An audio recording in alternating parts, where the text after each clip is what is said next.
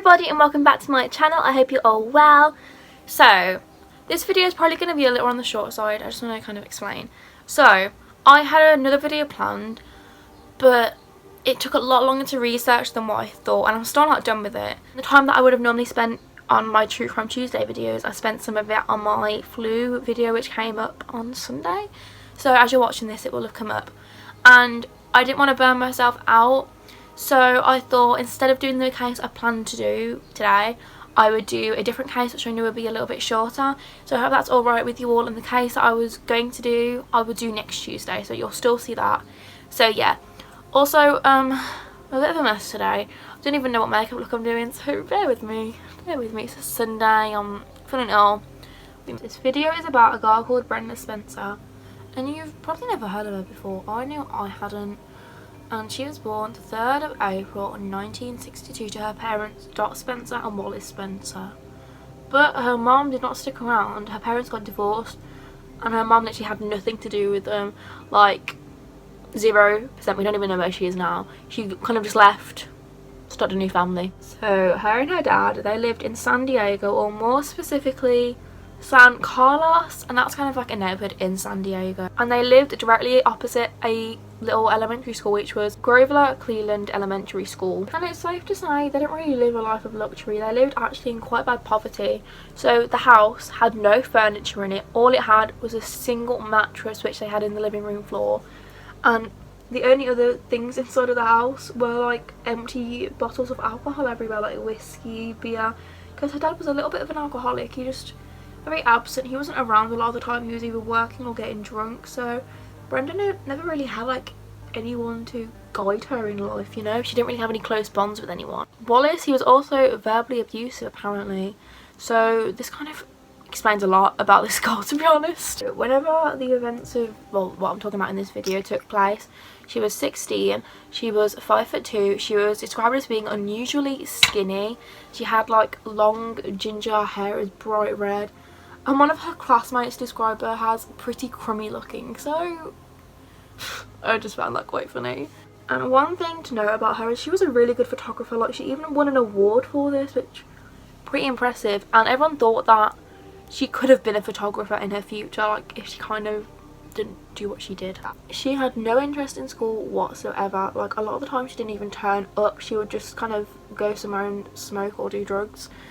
And when she was in school, her teachers always had to check if she was awake, because she'd like fall asleep and just be pretty absent, like even when she was there. And her school was Patrick Henry High School. And from an early age she'd kind of shown interest in violence, guns, just not things that normal girls should like, you know, no ribbons, no rainbows, etc, etc. She also liked to shoot birds, like hunt birds down and shoot them with her BB gun.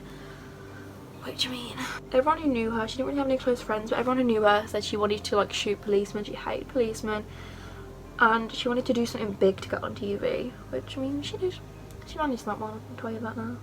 So in early 1998, so she was 15 at this point, she was kind of going to this facility which was for children who needed a bit of extra help. She was going there because she was like never in school, and she would tell them openly about how depressed she was, about how she was suicidal, she wanted to kill herself. Obviously they have a right to tell her parents, so they told her dad.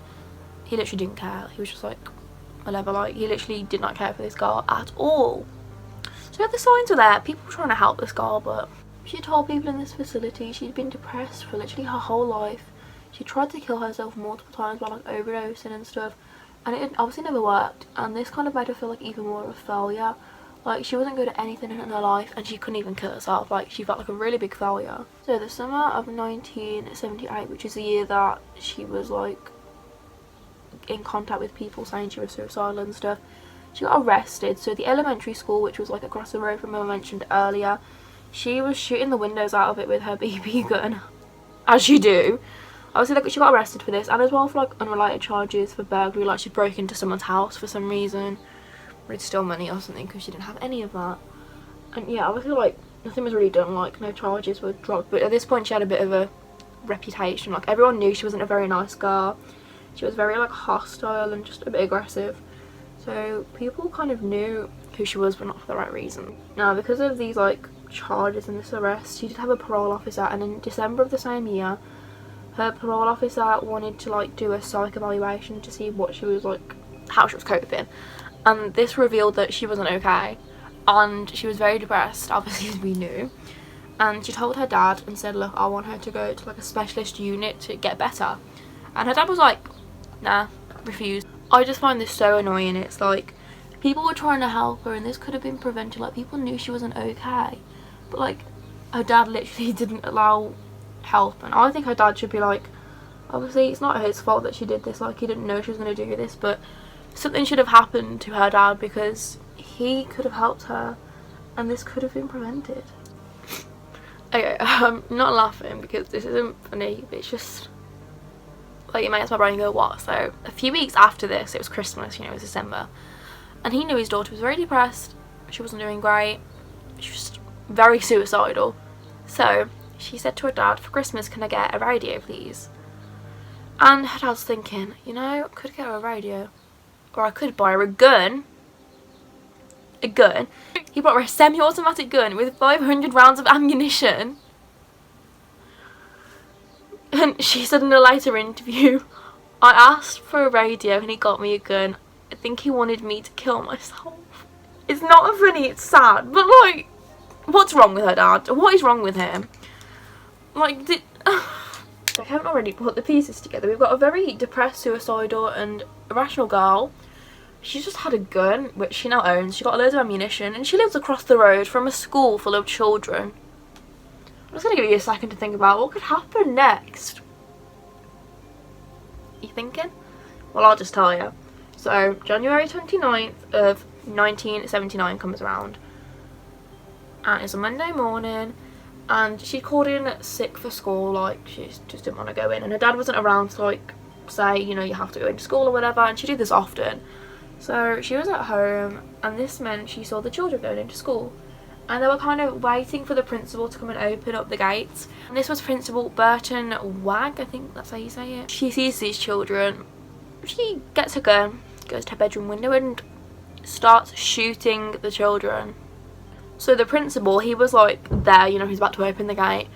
Obviously, this guy, like, right, he took his job to the next level. He died trying to protect these children. He died at the age of 53, which is so sad. Like, this guy is an absolute hero, like, the amount of lives he saved. And she also killed a caretaker of the school, but his name was Mike. And he was 53, and he was trying to, like, pull the students all to safety to stop them getting hurt. This bit kind of confuses me. Like, I'm not sure if police were, like, already in the area or, like, they were called and got there fast. But police, like, got this truck that was down the street, a garbage truck, to pull in front of her house so she couldn't like shoot anymore, and that kind of stopped the shooting, and this literally saved lives. So only 2 people died, which is still a really big shame, and 8 children were injured, but it could have been a lot worse. She fired about 30 like shots, you know, to the school, to the children, and then she barricaded herself in her house for 7 hours. The news was getting around that something was going on, so this like local newspaper, the San Diego Tribune, they were like, I don't know, just they were just kind of ringing random houses in the neighbourhood they knew something had happened in, and they rang Brenda's and they was like, you know, do you know what's happened, like anything big, anything we can report? And she was very open with them. She was like, yeah, I just shot some school kids. This, I don't even know how to say this. So when they were like, why'd you shoot the kids, she said, I don't like Mondays, this livens up the day. Okay, Brenda, girl, we all don't like Mondays, but we all don't get a gun and shoot school children. Sorry, I can't with this girl, I really can't. She also said, I'm having too much fun to surrender. It was just like shooting ducks in a pond. They looked like a herd of cattle standing around. It was really easy pickings. Then she said, I have to go. I shot a pig and I think they want to shoot me. And this bit really, really annoys me. So in the end, after 7 hours of barricading herself in this house, she came out because they promised her a Burger King. She shoots up a school and they buy her a Burger King. That is disgusting, I'm sorry. And she later said that that day she tried to overdose and she wanted to die, and it didn't work, and she saw some police kind of near the school, which makes me think the police were already there, and she started shooting at them, not to hit them but just so they'd shoot her and kill her, which makes no sense. Like, you got a gun, shoot yourself if you're really that desperate to die. Like, not to be rude about it, but you know, like, come on, it's just an excuse. Like, obviously she wanted to cause harm everywhere and get her name out there, I guess. So obviously, like, They took her into custody, arrested her, and when they were doing tests they found out she had some damage to her, like, I think it was her temporal lobe, which was happened when she was like 7 or 8 when she fell off her bike, and we think that this kind of caused, I don't know, it stops people communicating better when this lobe's like broken. Not broken, but you know, damaged. So we think that kind of has something to do with her and what she did, but who knows? Honestly, who knows with this girl. She was also found to be epileptic, and she was given medication for that and her depression. And she was tried as an adult because of the severity of the crime, but she could not get the death penalty. So she pled guilty to 2 counts of murder and assault with a deadly weapon. April 4th, 1980, a day after her 18th, she was given 25 years to life in prison. And the jail that she's at is the California Institution for Women in China. And she worked there like doing repairs and stuff. And she was eligible from parole from 1993. So she's had like 4 parole hearings since then. So since then she's had 4 parole hearings. I think she's had 5 now. That was in 2015 she'd had 4, but I'm pretty sure she had one in 2019 and her next one's in 2021 because she didn't get out. She said when she committed this murder she was on drugs and she'd been drinking, but like police had already checked her like toxicology at the time, because obviously when they got into the house they saw all these empty bottles and thought she could have been drinking when it was her dad. But she was known to do drugs, so she could have potentially been on something. At one of her hearings, she said that her dad was sexually abusing her and just like physically abusive, which he said this wasn't true, and people think it wasn't true because she mentioned this at like 2001, I think, in a parole hearing. And you know, like, why not mention it to begin with? Like, people just think this was a bit of a lie, but it could be true, who knows. She said that's why they slept on the same bed as well, because he was molesting her, which, if you're making that up, then you're sick, Brenda. Well, you're sick anyway because you're sharp at school. In jail, she had a girlfriend. So from birth, she said she identified as gay, like she knew from the beginning, which, I mean, it's pretty rare in this time because gay people weren't really accepted then. But yeah, she had a girlfriend in jail, and this girlfriend left jail, like she got out before her. And this girlfriend said that Brenda used to self-harm, and she used to like carve words into her own skin, saying pride and courage and stuff like that. And Brenda denied this. Brenda was like, no, they said unforgiven and alone. But like, why carve these in your arms being that name? This girl really confuses me, to be honest with you guys. Just don't understand her. Like, later on in her prison sentence, she was diagnosed with schizophrenia as well. So yeah, this girl obviously is mentally ill. I say girl, she's now like an adult, you know. She's actually like 50, 60. I don't know, I can't maths. And this part honestly broke my heart, but in one of her parole hearings in 2005, the wife of the principal who died in the attack showed her house, and her house, like, nothing had changed since her husband died. She was still like broken and just couldn't deal with it, and it just breaks my heart. Like, you know someone isn't coping if their house has stayed the same in like that amount of time. It just honestly breaks my heart. And she was like, yeah, Brenda shouldn't get out, and I agree. Like, Brenda shouldn't get out. Now, this also inspired a song by a band called Boomtown Rats, and this song was called I Don't Like Mondays, which I find quite funny. I know I shouldn't find funny, and I Don't Like Mondays was also the title of a documentary to this case because it's pretty iconic, saying I don't like Mondays for your reason for shooting at school. Like, it's not funny, I'm not laughing at that, it's just Brenda, what a girl. Obviously a memorial was set up in like honour of the victims of this attack, and the school that it happened actually closed down in 1983. Closure wasn't really to do with this, it was because there was less enrollments in the area. Like, quite a few schools closed because there was like less children enrolling. Brenda's house did get torn down, and now it's a horse racing track because like her dad's dead, you know, they didn't need the house anymore. And her mum, we still don't know where her mum is. Like, she hasn't said, you know, that's my daughter. So not clear what she's up to. And this was the first like high profile mass shooting in the US, and obviously since then there's been a lot. And Brenda says that she personally feels responsible for all these other shootings, which, like, she can't really blame herself for them, but at the same time she needs to take responsibility for her own shooting, because in interviews and stuff she hasn't really taken responsibility or apologised for her actions, which is disgusting. And that is why I think that she shouldn't be out of jail, like, ever, because there is kind of this debate: if someone commits a crime when they're a child, should they be spending their life in prison for it? Which, honestly, it's a hard one. Like, look at the Jamie Bolger case. Like, if you don't know about that case, I might do a video on that soon, but it was like 2 10-year-old boys tortured and killed I think Jamie Bolger was 1, 2 or 3 or something, really young.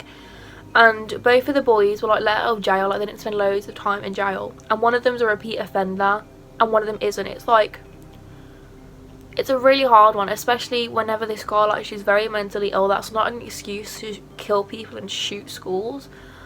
But like, if her dad would have let her get the help she needed, she might not have done this.